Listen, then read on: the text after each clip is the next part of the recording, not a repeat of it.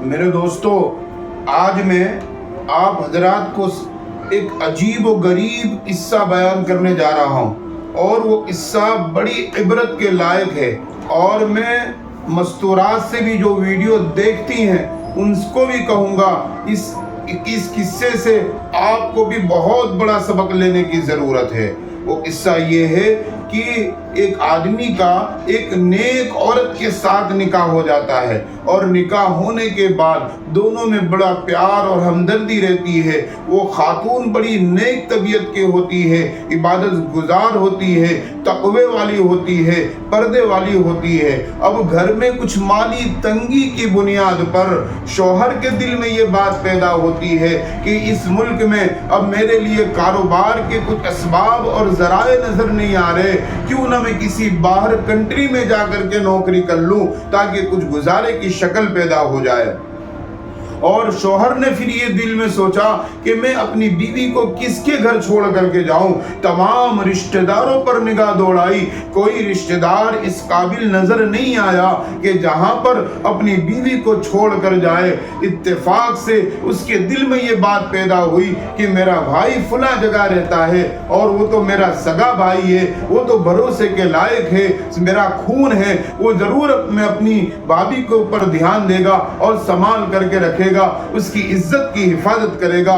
چنانچہ وہ شوہر اپنی بیوی کو اپنے بھائی کے گھر، یعنی بیوی کے جو اس کا دیور ہوتا ہے، اس کے گھر چھوڑ کر باہر کنٹری کے اندر مال کمانے کے لیے چلا جاتا ہے۔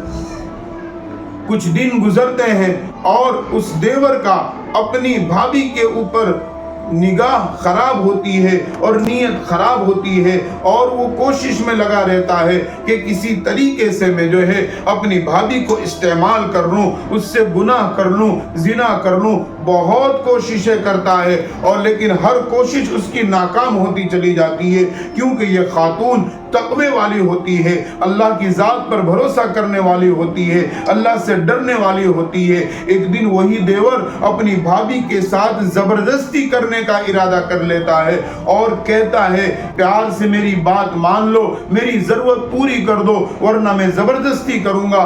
اور وہ زبردستی کرنے لگتا ہے۔ وہ خاتون کہتی ہے کہ میں اللہ سے ڈرتی ہوں، مجھے اللہ کا خوف ہے، مجھے قبر کے عذاب سے ڈر ہے، میدان محشر میں اللہ کے سامنے کھڑے ہونے سے ڈرتی ہوں، لہذا میں تمہارے ساتھ یہ گناہ نہیں کر سکتی ہوں۔ میری عزت، میری جان، میرا سب کچھ میرے شوہر کے لیے امانت ہے، میں ہرگز ایسا نہیں کر سکتی۔ ایک بار نہیں، کئی مرتبہ اس دیور نے اپنی بھابھی کو استعمال کرنے کی کوشش کی، لیکن وہ عورت نیک تھی، تقوی والی تھی، ہر مرتبہ اپنے آپ کو بچا لیتی تھی۔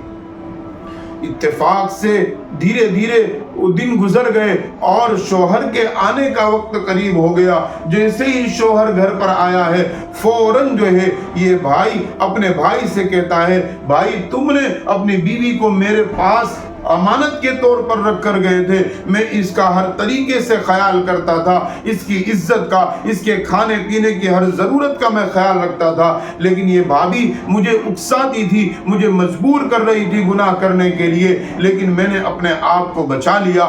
یہ بات سنتے ہی اس بھائی کو اپنی بیوی پر غصہ آ جاتا ہے کہ میرے بھائی کے ساتھ تم نے یہ کرنے کی کوشش کی، میرا بھائی تو قابل اعتماد اور بھروسہ شخص ہے، اور تم نے ایسا کیسے ہمت کر لی، ایسے کیسے اپنی نیت خراب کر لی۔ چنانچہ وہ بات کی تحقیق کیے بغیر اس آدمی نے اپنی بیوی کو 3 طلاق دے دیا۔ اب یہ عورت بیچاری جائے کہاں، اس کا کوئی آگے پیچھے نہیں، کوئی پرسان حال نہیں، لہذا یہ عورت نکل چلتی ہے، اور چلتے چلتے چلتے کئی دیہاتوں کا سفر کر کے ایک دیہات میں پہنچتی ہے۔ وہاں پر ایک اللہ والے عابد جو موجود ہوتے ہیں، اور ان سے ملاقات ہوتی ہے، اور وہ اپنی ساری کارگزاری اور اپنی اسٹوری بیان کرتی ہے کہ میرے ساتھ یہ معاملہ پیش آیا۔ تو اس صورت کے اندر وہ اللہ والے کہتے ہیں کہ ایک کام کیجئے، یہ میرا روم، میرا کمرہ یہ خالی پڑا ہے، آپ اس میں رہیے، جب تک کہ آپ کی ضرورت کا انتظام نہ ہو جائے آپ یہاں پر رہیے۔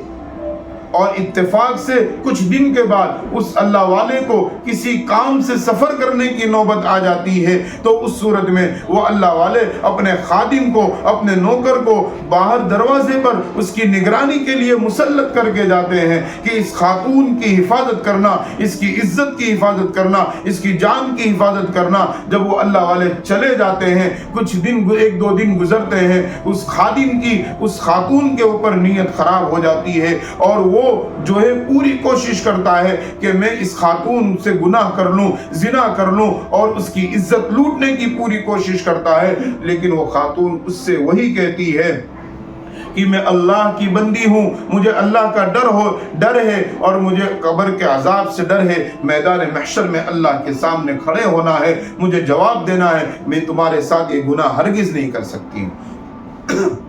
اس خادم نے، نوکر نے بھی کئی بار کوشش کی، لیکن اتفاق سے پتا چلا کہ وہ اللہ والے عبادت گزار سفر سے واپس آ رہے، تو اس خادم نے اس اللہ والے کے بیٹے کو قتل کر دیا۔ اور قتل کرنے کے بعد جیسے وہ اللہ والے گھر پہنچے ہیں، اس خادم نے کہا اس عورت نے آپ کے بیٹے کو مجبور کر رہی تھی گناہ کرنے کے لیے، آپ کا بیٹا تیار نہ ہوا تو اس خاتون نے آپ کے بیٹے کو قتل کر دیا۔ وہ اللہ والے باتوں سے سمجھ تو گئے لیکن کوئی دلیل موجود نہیں تھی۔ وہ اللہ والوں نے کہا اے خاتون یہ 2 دینار لو، تم اپنا انتظام کر لو، چلی جاؤ یہاں سے۔ اب وہ خاتون چلی گئی وہاں سے اور جا رہی ہے، دیکھ رہی ہے کہ راستے میں ایک جگہ بھیڑ لگی ہوئی ہے، کچھ لوگ ایک آدمی کو پتھر مار رہے ہیں۔ تو اس خاتون نے کہا کہ اس مرد کو کیوں پتھر مارا جا رہا ہے؟ تو لوگوں نے کہا اس کا کچھ قرضہ ہے اور قرض مانگنے والے اپنا قرضہ مانگ مانگ کے تھک گئے، یہ قرضہ دینے کے لیے تیار نہیں تھا، اس لیے اس کو مارا جا رہا ہے۔ قرض مانگنے والے اپنا پیسہ وصول کرنے کے لیے اس پر پتھر برسا رہے ہیں۔ تو اس خاتون نے کہا کتنا قرضہ ہے؟ لوگوں نے ٹوٹل مار کر کے بتلایا کہ 2 دینار تقریباً قرضہ ہے۔ اس عورت کے پاس وہ اللہ والے کے دیے ہوئے 2 دینار تھے۔ اس عورت نے کہا اس کو چھوڑ دو، یہ 2 دینار آپ اپنا قرضہ اپنے آپس میں تقسیم کر لینا۔ جب وہ 2 دینار دے دی اور لوگوں نے اس کو چھوڑ دیا اپنا قرضہ ملنے کے بعد، تو وہ شخص ملا کہ کس نے مجھے آزاد کرایا ان سے؟ تو وہ خاتون نے کہا میں نے۔ تو اس صورت میں کہا کہ آپ بڑی نیک معلوم ہوتی ہو، نیک طبیعت کی معلوم ہوتی ہو اور بڑی ذہین معلوم ہوتی ہو، اب کیوں نہ جب تمہارے بھی کوئی نہیں اور مجھے بھی ضرورت ہے تو ہم دونوں مل کر کوئی ایسا کاروبار کریں کہ جس کی وجہ سے جو نفع ہو آدھا تم لے لینا، آدھا میں لے لوں گا۔ عورت کو بھی مالی ضرورت بھی تھی۔ عورت نے کہا ٹھیک ہے ہم کاروبار کر لیتے ہیں۔ اب وہ کچھ پیسوں کے ذریعے جو ہے چیزیں خریدنا بیچنا یہ سلسلہ چلتا رہا۔ اتفاق سے کاروبار کے سلسلے میں سمندر کے دوسرے کنارے پر جانے کی نوبت آ گئی۔ اب یہ دونوں اس کشتی میں سوار ہوئے۔ سوار ہونے کے بعد وہ آدمی جو اس کے ساتھ کاروبار کا پارٹنر بنا، جس کو اس عورت نے آزاد کرایا تھا، وہ کشتی چلانے والے ملاح کے پاس گیا، کپتان کے پاس گیا اور کہا کہ وہ خاتون جو نظر آ رہی ہے وہ میری باندی ہے، میں اس کو بیچنا چاہتا ہوں اتنے دینار کے اندر، کیا آپ خریدو گے؟ اس نے کہا ٹھیک ہے میں خریدنے کے لیے تیار ہوں۔ اور اس نے کیا کر دیا، وہ دینار لیا اور کپتان کے پاس سے وہ چلا گیا، کہا کہ میں ابھی آتا ہوں دوسری کشتی کے اندر، وہ وہاں سے چلا گیا۔ اب دیر ہو گئی وہ نہیں آیا تو اس خاتون نے کہا ملاح اور کشتی چلانے والے سے کہ وہ کیوں نہیں آئے؟ کہا وہ کیوں آئیں گے، وہ تو کہہ رہے تھے کہ تم ان کی باندی ہو اور انہوں نے آپ کو بیچ دیا ہے، اتنے دینار میں آپ کو بیچا ہے، میں نے خریدا ہے۔ اب وہ کشتی چلانے والا ملاح کپتان جو تھا وہ اس کے ساتھ جو ہے گناہ کرنے کا ارادہ کر لیا کہ میں نے خریدا ہے، تم میری ملکیت میں ہو، میں تمہارے ساتھ سب کچھ کروں گا۔ بہت زبردستی کرنے کی کوشش کی۔ اس خاتون نے کشتی کے اندر اللہ کے سامنے ہاتھ اٹھایا، کہا یا اللہ یہ میرے ساتھ کیا ہو رہا ہے؟ 1 نہیں 2 نہیں 3 دن واقع ہو گئے، یا اللہ میں نے اپنی عزت کی حفاظت کی ہے، صرف تجھ سے ڈر کر، تیرے خوف نے مجھے بچا رکھا ہے، قبر کے عذاب نے مجھے بچا رکھا ہے، جہنم کے عذاب نے مجھے بچا رکھا ہے۔ یا اللہ میں نے کسی کے سامنے اپنی عزت کو داؤں پر آنے نہ دی، یا اللہ میری عزت کی تو حفاظت فرما لے، یا اللہ تو میری عزت کی حفاظت فرما لے۔ یہ دعا کرنا تھا کہ